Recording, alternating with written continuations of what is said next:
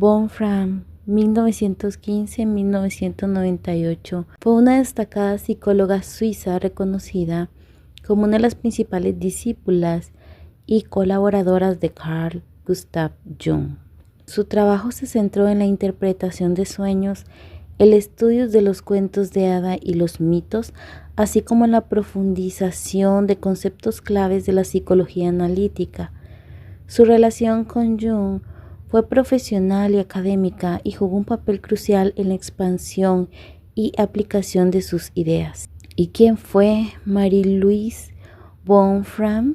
Nació en Múnich, Alemania, pero se mudó a Suiza en su infancia. Estudió filología clásica en la Universidad de Zúrich, especializándose en lenguas antiguas como latín y griego. A los 18 años conoció a Jung y marcó el inicio de su trabajo conjunto y profundo compromiso con la psicología analítica. Wolfram fue una experta en explorar los sueños y cómo estos reflejan aspectos del inconsciente, integrando tanto el inconsciente personal como el colectivo. Su libro The Way of the Dream es una referencia fundamental en este campo. Analizó cuentos de diversas culturas para mostrar cómo los arquetipos junguianos se manifiestan en historias populares. Su obra, Cuentos de hadas interpretados, destaca cómo estas narrativas revelan patrones universales de la psique. Continuó y amplió el interés de Jung en la alquimia, viéndola como una metáfora del proceso de individuación. Escribió Alquimia, una introducción al simbolismo y la psicología. Estudió en profundidad los símbolos arquetípicos que surgen en los sueños, los mitos y las culturas, ayudando a sistematizar las ideas de Jung. Es considerada una de las figuras más influyentes en la psicología analítica tras la muerte de Jung. Ella fundó el Instituto de Carl Gustav Jung en Zúrich y dedicó su vida a enseñar y escribir sobre el legado de Jung, ampliando sus teorías y llevándolos a un público más amplio. Wolfram conoció a Jung a edad temprana y trabajó con él varias décadas, aunque comenzó como su alumna. Rápidamente se convirtió en una de sus principales colaboradoras. Jung valoró su intelecto, sensibilidad y su profundo conocimiento de la mitología y los textos clásicos. Juntos exploraron el simbolismo alquímico y cómo éste reflejaba el proceso de individuación. Jung la consideraba una de las personas mejor capacitadas para entender y continuar su trabajo en este campo. Tras la muerte de Jung en 1961, Wolfram se dedicó a preservar y expandir sus ideas, mientras Jung introdujo conceptos claves como los arquetipos, el inconsciente colectivo y la sombra. Wolfram los desarrolló aplicándolos a campos específicos como los cuentos de hadas, los sueños y la alquimia. Aunque Wolfram trabajó siempre dentro del marco de la psicología analítica, aportó nuevas perspectivas. Por ejemplo, su enfoque detallado en los cuentos de hadas proporcionó una herramienta práctica para entender los arquetipos en la vida cotidiana, algo que Jung no exploró tan exhaustivamente. Marie-Louise Wolfram fue una discípula destacada, una colaboradora respetada y eventualmente una sucesora intelectual de Carl Jung. Su relación se basó en un profundo respeto mutuo y una visión compartida del poder transformador de la psicología analítica. Mientras Jung sentó las bases, Wolfram ayudó a aplicarlas a expandir sus ideas, haciéndolas más accesibles y prácticas para generaciones futuras. Este libro combina el conocimiento profundo de Wolfram sobre la interpretación de los sueños con una estructura accesible para el público general, explorando el papel fundamental de los sueños en el proceso de autoconocimiento y transformación personal. El objetivo de Way of the Dream es guiar al lector para comprender la importancia de los sueños como mensajes del inconsciente y la herramienta de transformación psicológica. Bonfran explica cómo los sueños son un puente entre la psique consciente y el inconsciente, proporcionando orientación para la vida cotidiana y el desarrollo espiritual. El libro está organizado en forma de diálogo entre Fraser Boas y Bonfran, donde ella responde preguntas y analiza diversos sueños. Los temas principales del libro son el lenguaje de los sueños. Los sueños utilizan un lenguaje simbólico que no es lógico ni directo, sino metafórico. Bonfran describe cómo estos símbolos reflejan conflictos, deseos, miedos y potenciales del soñador.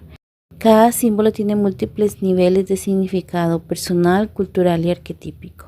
Según Bonfran, los sueños equilibran nuestra perspectiva consciente, mostrando lo que hemos pasado por alto o reprimido. Por ejemplo, alguien que ignora sus emociones podría soñar con inundaciones o mares tormentosos. Sueños compartidos por algunas personas.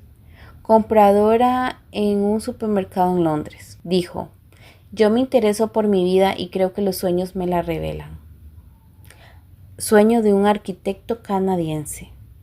Probablemente los sueños reflejan algo de la realidad de la vida cotidiana, no sé bien qué cosa. Sueño de una adolescente francesa.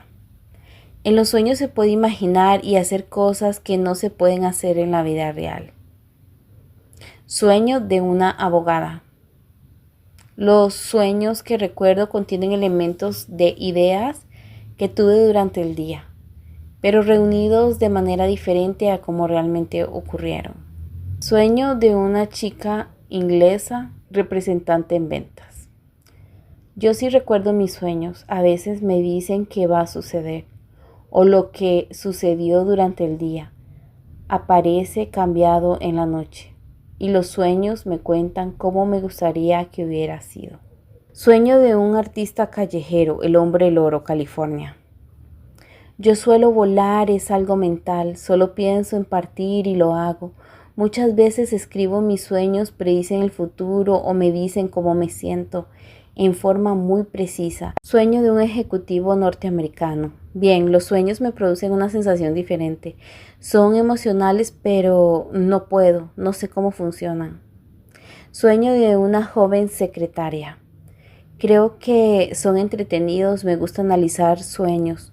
No es que yo sepa o entienda lo que quieren decir, pero es divertido tratar de descubrir su significado. Vamos a seguir con la lectura del libro El camino de los sueños. Recordemos que esta es una entrevista que le hacen a la doctora Bonfran.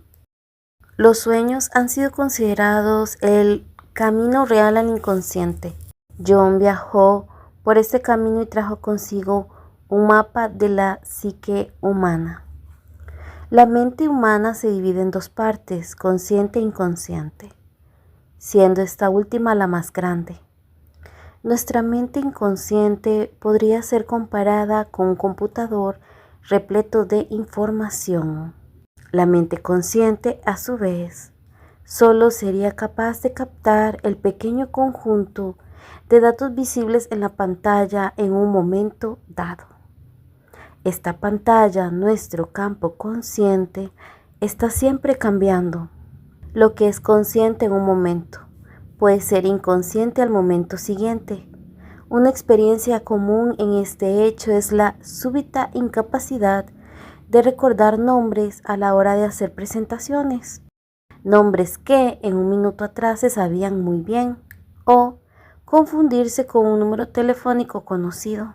La información está en la mente, pero aprisionada en el inconsciente, y la fuerza de voluntad no basta para hacerla accesible a la conciencia. Cuando nos preguntamos ¿por qué me siento así? O ¿qué pasa en mi cabeza? Estamos intentando traer información desde el inconsciente a la conciencia. Es como si supiéramos que la solución está en algún lugar dentro del computador, pero no logramos hacerla aparecer en pantalla. Como dijera Jung, la conciencia es la relación entre contenidos psíquicos y el ego, en la medida en que esta relación es percibida por el ego. El gran descubrimiento de la psicología profunda es que 5 o 6 veces por noche La parte inconsciente de la psique es retratada en los sueños. Al recordarlos, nuestra mente consciente tiene la oportunidad de observar contenidos de la mente inconsciente. Sin embargo, aun cuando un sueño sea recordado, con frecuencia la información no tiene el menor sentido para la mente consciente y cuesta descifrarla. El inconsciente no se expresa a través de un lenguaje racional fácilmente accesible a la mente consciente. Más bien, un sueño revela el inconsciente bajo la forma de imagen, metáfora y símbolo. Es un lenguaje íntimamente asociado al del arte. Lejos de ser exposiciones objetivas y prosaicas, los sueños suelen ser encuentros altamente subjetivos y personales en los que el ego, el yo, siente emociones que van del pánico y el regocijo a una sensación de sublime paz y belleza, así como las obras de teatro, los poemas y la pintura. El lenguaje de los sueños transmite el poder y la sutileza tanto de los sentimientos como del pensamiento racional. Después de investigar por muchos años el lenguaje de los sueños, Jung descubrió y puso nombre a algunos temas y figuras recurrentes que constituyen la base de este lenguaje. Una vez comprendidas, estas estructuras son fácilmente reconocibles y los sueños llegan a tener algún sentido para la mente consciente. Doctora Von Frank, antes de pasar a analizar en profundidad los sueños, ¿podría explicarnos los principales elementos estructurales del lenguaje inconsciente y aclarar los términos descriptivos usados por la psicología analítica? Algunas de estas palabras tienen un significado bastante distinto en el lenguaje coloquial. Comencemos con el término del inconsciente. Dijimos que los sueños revelan el inconsciente de una persona. En la psicología junguiana, ¿qué quiere decir el inconsciente? El inconsciente es todo aquello que sabemos que es psíquicamente real, pero no es consciente. Se trata de un concepto limítrofe y negativo. Usamos este concepto negativo para evitar un prejuicio. Algunos lo llaman supraconsciente, otros subconsciente, otros esfera divina o base existencial. Hay miles de nombres. Preferimos el término inconsciente porque no dice nada. Solo dice que no es consciente y lo deja en el misterio. No sabemos qué es, solo sabemos que hay fenómenos psíquicos que se manifiestan a través de sueños, gestos involuntarios, errores al hablar, alucinaciones, fantasías no conscientes. Por ejemplo, durante el día puedes tener una fantasía y decir, es una fantasía completamente absurda, una locura. No sé qué significa. Si no sabes lo que significa y piensas que es una locura, obviamente no es consciente, porque si lo fuera sabrías lo que significa. Sabrías a qué se refiere. Entonces, es un acontecimiento psíquico que no ocurre materialmente, ocurre en el fenómeno psíquico y es el conjunto de acontecimientos psíquicos no conscientes que denominamos el inconsciente. Jung dijo que la mente o la psique se compone de varios complejos. En el lenguaje cotidiano, sin embargo, usamos la palabra complejo solo para describir un aspecto negativo de la personalidad de alguien. Decimos que una persona tiene un complejo materno de inferioridad o de poder. ¿Podría explicarnos lo que Jung quiso decir con la palabra complejo? ¿Cuál es su significado psicológico? Bien, los complejos son los motores de la psique. Son como diferentes núcleos que la impulsan y vitalizan. Si no tuviéramos complejos, estaríamos muertos. Uno experimenta un complejo, por ejemplo, cuando está terriblemente aburrido y de pronto algo despierta su interés y lo engancha. Ahí se tocó algún complejo. Así los complejos son los centros de energía de la psique, pero en el lenguaje coloquial usamos complejos solo de forma negativa. Decimos que alguien tiene un complejo paterno, sexual o de dinero, lo que significa que este complejo específico activa la energía de esa persona, pero negativamente. Por ejemplo, en el sueño de una mujer con un complejo paterno se puede ver que todas las energías del sueño se focalizan en la figura central del padre. Doctora Von Frank Usted ha dicho que nuestros sueños revelan la mente inconsciente, es decir, ¿las figuras de los sueños personifican algún aspecto de nuestra personalidad global? Jung delineó 4 de esas figuras y las llamó sombra, ánima, animus y sí mismo. Veamos primero la sombra. Sombra es el nombre que generalmente damos a la persona onírica del mismo sexo del soñante. Esta figura suele presentar cualidades ligeramente inferiores u opuestas al ego del soñante. Puede personificar nuestro lado inferior, nuestro mejor enemigo, por decirlo así. Pero también puede ser solo nuestro otro lado. Una hermosa pareja de ego y sombra es, por ejemplo, Don Quijote, poco realista y fantasioso, y Sancho Panza, corporal y aterrizado. Uno no puede vivir sin el otro. Son ejemplo típico del ego y su sombra en una de sus 1000 formas. Pasemos ahora a otras figuras del inconsciente, los hombres en los sueños de mujeres y las mujeres en los sueños de los hombres, esas figuras que Jung llamó ánima y ánimos. La psicología analítica afirma que psicológicamente el hombre tiene una mujer interior y viceversa. A mucha gente le cuesta aceptar este concepto. Bien, sabemos que nacemos de genes y que el predominio de genes masculinos y femeninos es lo que determina el sexo de un bebé. En nuestra psique es predominantemente masculino o femenino, aunque contenga el opuesto. Nuestra naturaleza contrasexual se personifica en los sueños como una figura del sexo opuesto.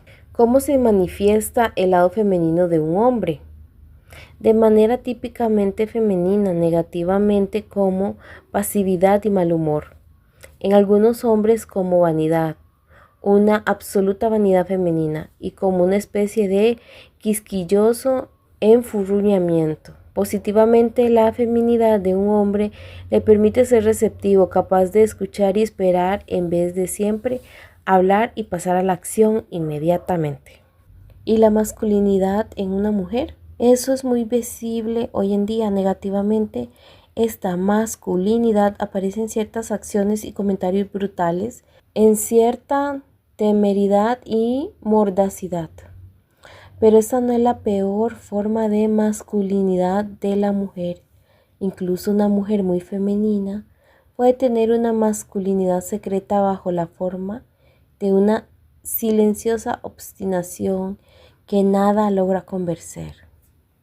Ella aprieta los labios y por dentro dice: puedes seguir hablando, pero yo sé lo que quiero y voy a conseguir. Positivamente, la masculinidad de una mujer es la capacidad de ser valiente, de desarrollar el intelecto y la espiritualidad.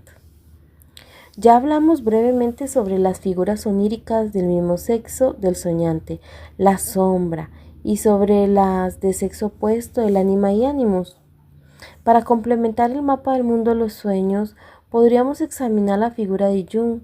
Dijo, está en el centro de la psique, el sí mismo. En la mayoría de los sistemas religiosos se hace la alusión a un centro divino del cual proviene el orden y la organización.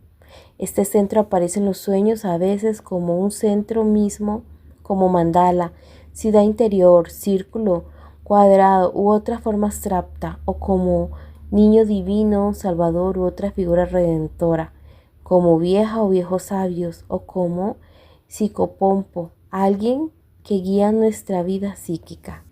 Nuestra psique, en la última instancia, desconocido e inconocible. Para Jung el sí mismo significa que el centro superordenado, interior y divino de la psique que debemos explorar toda la vida. Nadie sabe qué es o quiere en sí mismo. Para eso necesitamos los sueños. Podríamos decir que los sueños son cartas del sí mismo. Nos escriben cada noche diciéndonos que hagamos un poco más de esto, un poco menos de esto, o que sigamos a la izquierda o a la derecha. Si revisamos nuestra vida, vemos que hay un patrón como si el sí mismo tuviera un plan para nosotros, una especie de destino. Sin embargo, existe el peligro de confundir el sí mismo en el sentido de que Jung daba a este término y aquellos que se entienden por autorrealización, en gran parte de la literatura psicológica se trata de la aventura de encontrar un centro interior mayor que la de uno. ¿Qué sucede cuando una persona no vive en armonía con el sí mismo? ¿Qué ocurre con su energía, los sentimientos no expresados o el potencial no realizado? Esos son los orígenes de lo que llamamos neurosis o síntomas neuróticos. Actualmente el síntoma neurótico más generalizado es la inquietud. Aún no se clasifica como neurosis porque todo el mundo está inquieto, pero en verdad lo es.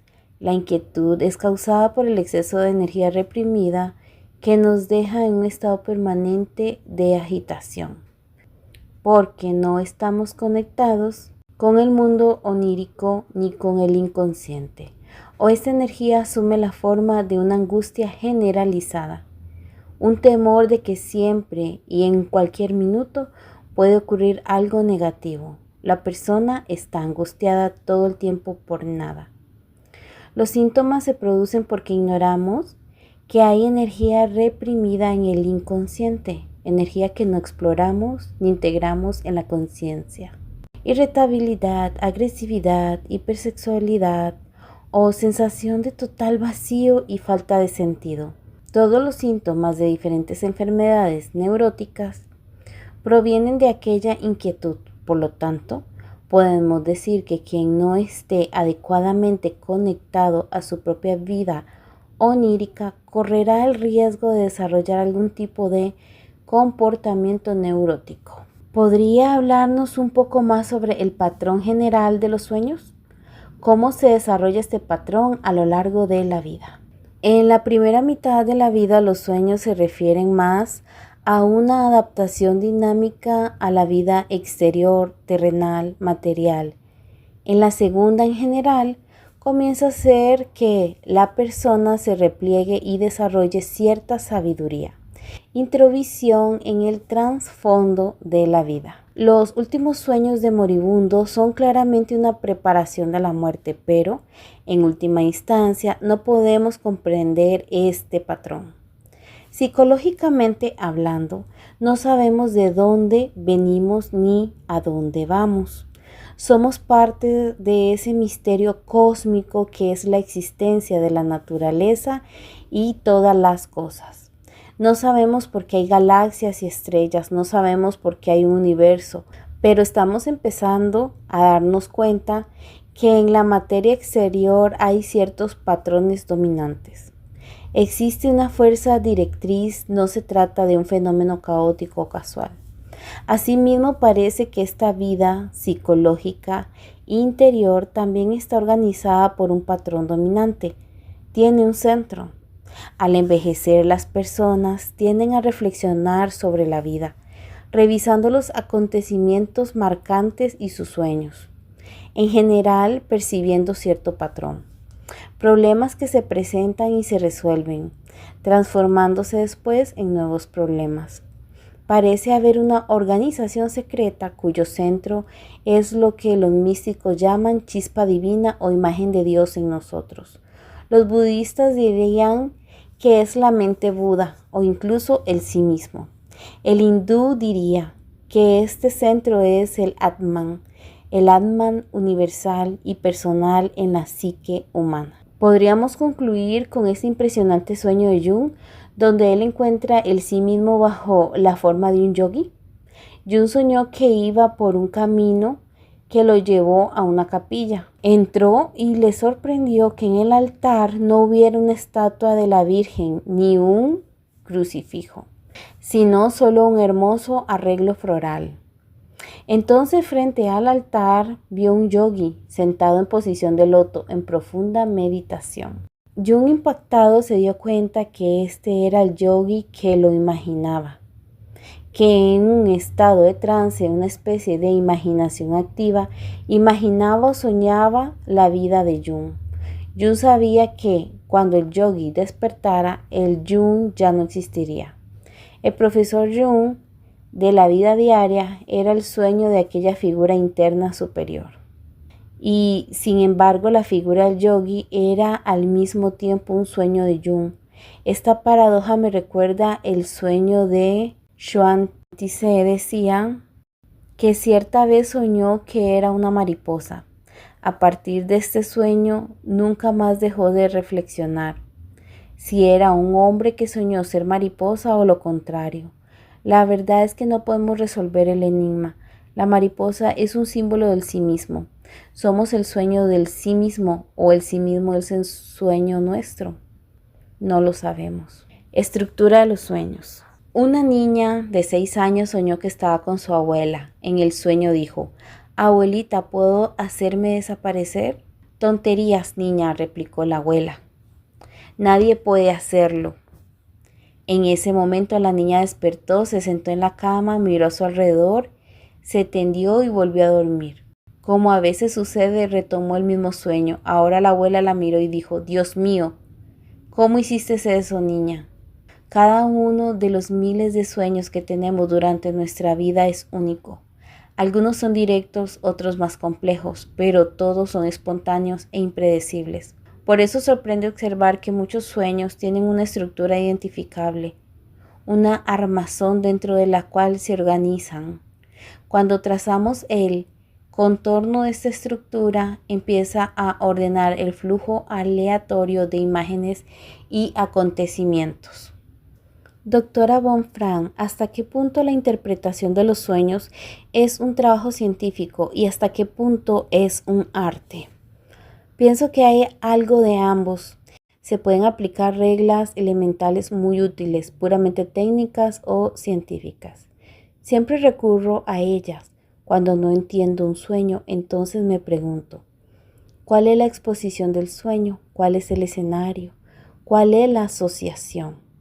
La técnica nos puede llevar lejos, pero, naturalmente, hay un tipo de aptitud adquirida con la práctica que no se puede transmitir al principiante.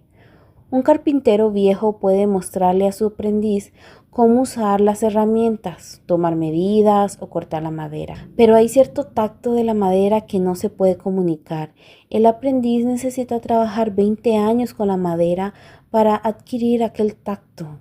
Después de mucho trabajo e interpretación, quebrarse la cabeza, se desarrolla cierta intuición, una habilidad profesional relacionada con el sentimiento, un sentimiento medio místico, una empatía con la otra persona. ¿Existe una técnica para descubrir el significado de los sueños? En psicología junguiana tenemos una técnica. Comparamos el sueño con un drama y lo examinamos bajo 3 aspectos estructurales. Primero, la introducción o exposición, el escenario del sueño y el planteamiento del problema. Segundo, la peripecia, el desarrollo de la historia. Y finalmente, la lisis, la solución final o tal vez la catástrofe. Cuando no comprendo un sueño, uso este esquema y me pregunto: ¿cuál es la introducción? La primera oración de un sueño generalmente describe la escena de la acción y presenta a los protagonistas. Por ejemplo, un sueño puede comenzar así: estoy en la casa de mi infancia con mi amigo Bob. Se toma esta primera oración y se pregunta al soñante cuáles son sus asociaciones. ¿Cómo era esa casa? ¿Cómo se sentía ahí? ¿Era feliz? ¿Cuánto tiempo vivió? Luego se le pregunta sobre el amigo, cómo es su amigo Bob, qué hacían. ¿Era aburrido pero hacían travesuras juntas? Entonces esas asociaciones se insertan en el texto que queda así.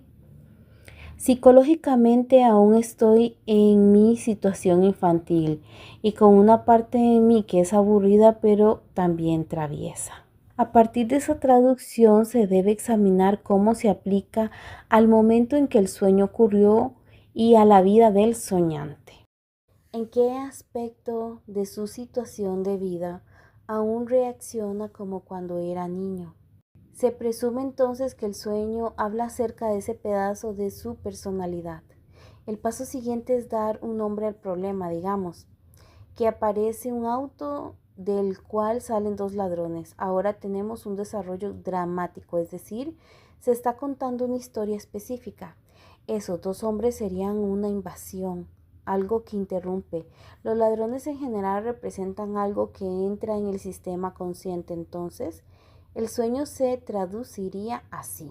En aquel rincón de su psique, donde el soñante aún tiene reacciones infantiles, está entrando algo al inconsciente colectivo. De este modo vamos examinando lentamente todo el sueño. El final del sueño o elipsis es el objetivo, una solución o una catástrofe. Conozco también estas reglas de interpretación que las aplico casi inconscientemente, pero siempre presto mucha atención a la última oración del sueño que ofrece la solución inconsciente, si es que la hay. Algunos sueños no son tan favorables, no llevan a nada, lo que significa que el propio inconsciente no tiene una solución. En ese caso, sin embargo, lo que sucede al final del sueño es la solución. Si alguien despierta con un grito, por ejemplo, esa es la solución, aquello que lo choquea y despierta. El final del sueño contiene un aspecto que debe ser percibido, por eso siempre pregunto cómo termina el sueño. Si alguien quiere interpretar su propio sueño, lo mejor es escribirlo y anotar las asociaciones con cada palabra del sueño, es decir, aquello que venga a la mente en forma espontánea. Luego se debe observar si hay una conexión entre el sueño y las asociaciones. Por ejemplo, si la primera oración dice estoy en casa de mi infancia, aquel aspecto en que aún soy infantil aparece un ladrón, algo está invadiendo. Se debe preguntar, ¿qué es eso?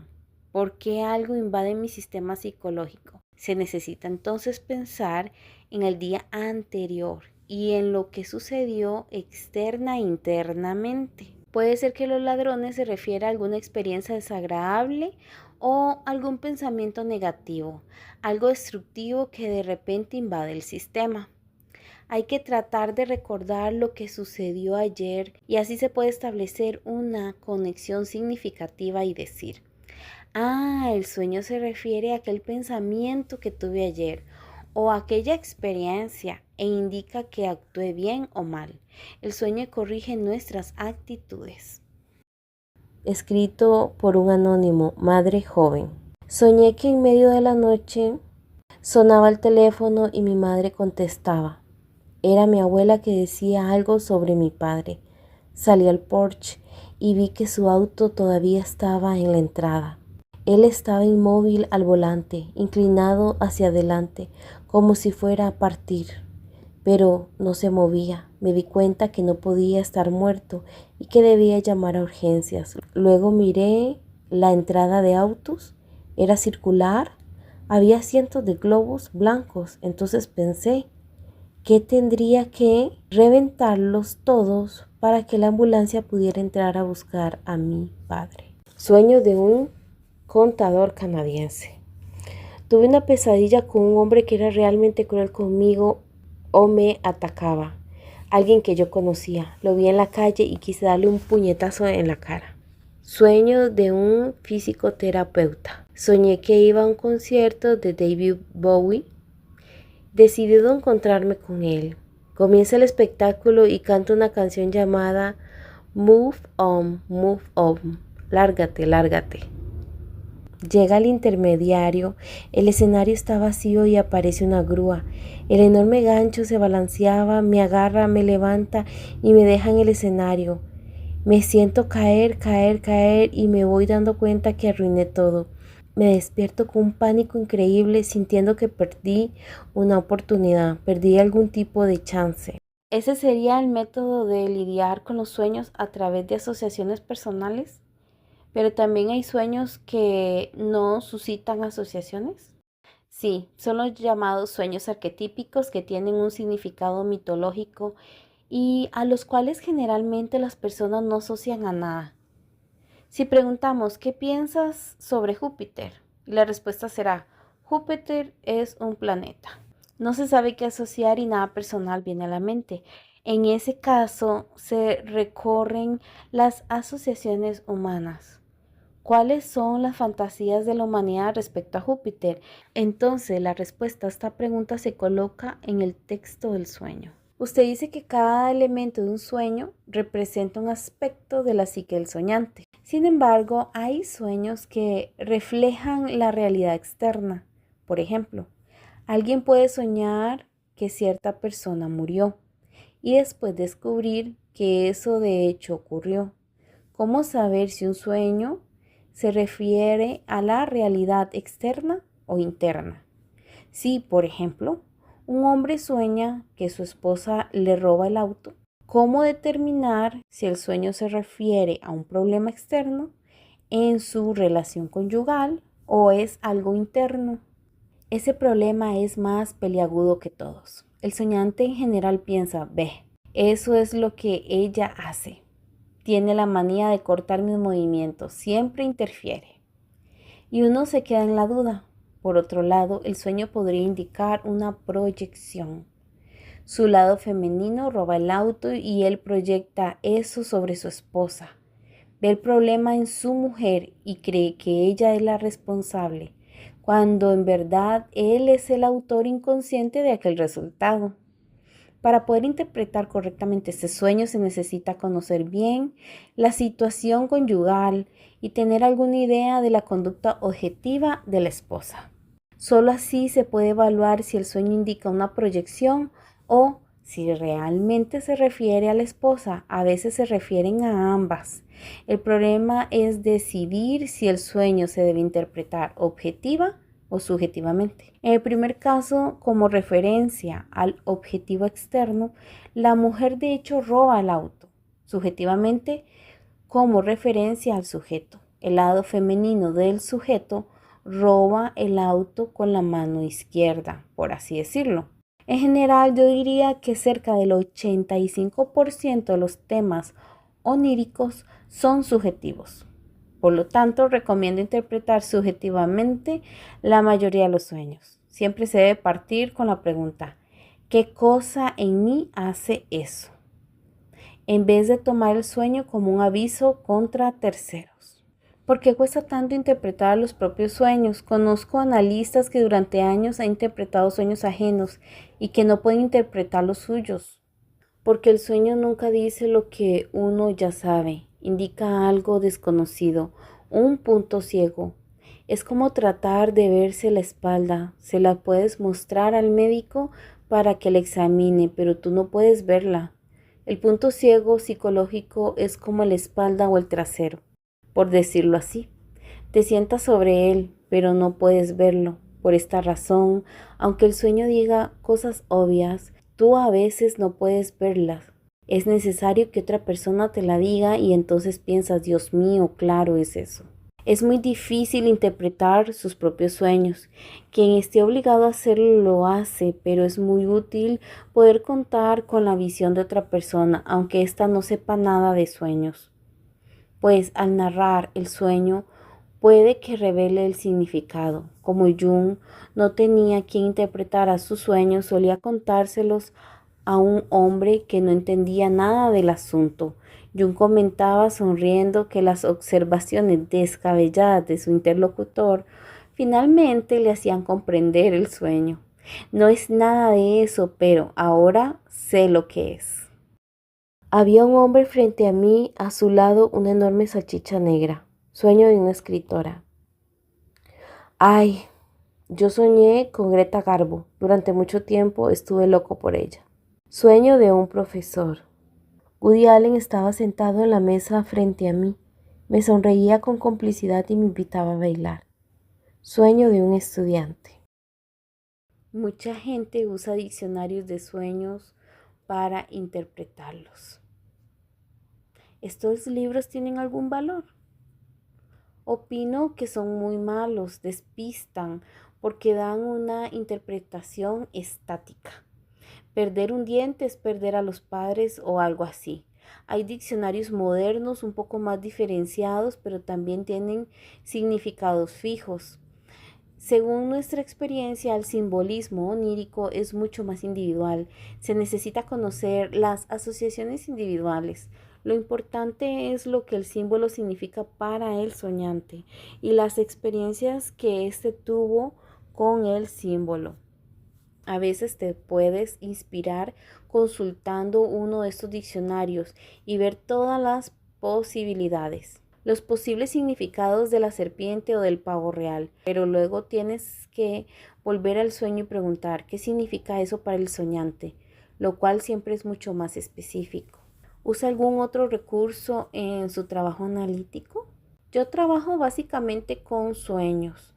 Según nuestro modo de pensar, trabajamos con sueños porque provienen de un individuo y son algo exclusivo de esa persona. El gran peligro de todas las profesiones terapéuticas es el potencial de interferir en la vida del otro. Veamos, por ejemplo, la idea de que es normal. Un terapeuta puede tener cierto concepto de normalidad y pensar que el otro debería volverse normal. Eso es una interferencia, una actitud de poder. Tal vez el destino, Dios o el nombre de que a usted le puede dar grandes poderes que rigen la vida, no quieran que esa persona sea normal. ¿Cómo puede entonces el terapeuta saber que ese paciente tiene que ser normal? A un pobre ser humano destinado a ser una persona diferente, no se le puede obligar a aceptar las ideas burguesas del terapeuta sobre su normalidad. Cuando alguien viene con un problema, uno, para ser honesto, debe decir: no tengo la menor idea sobre el origen de ese problema. Cualquier idea acerca del paciente solo es un prejuicio.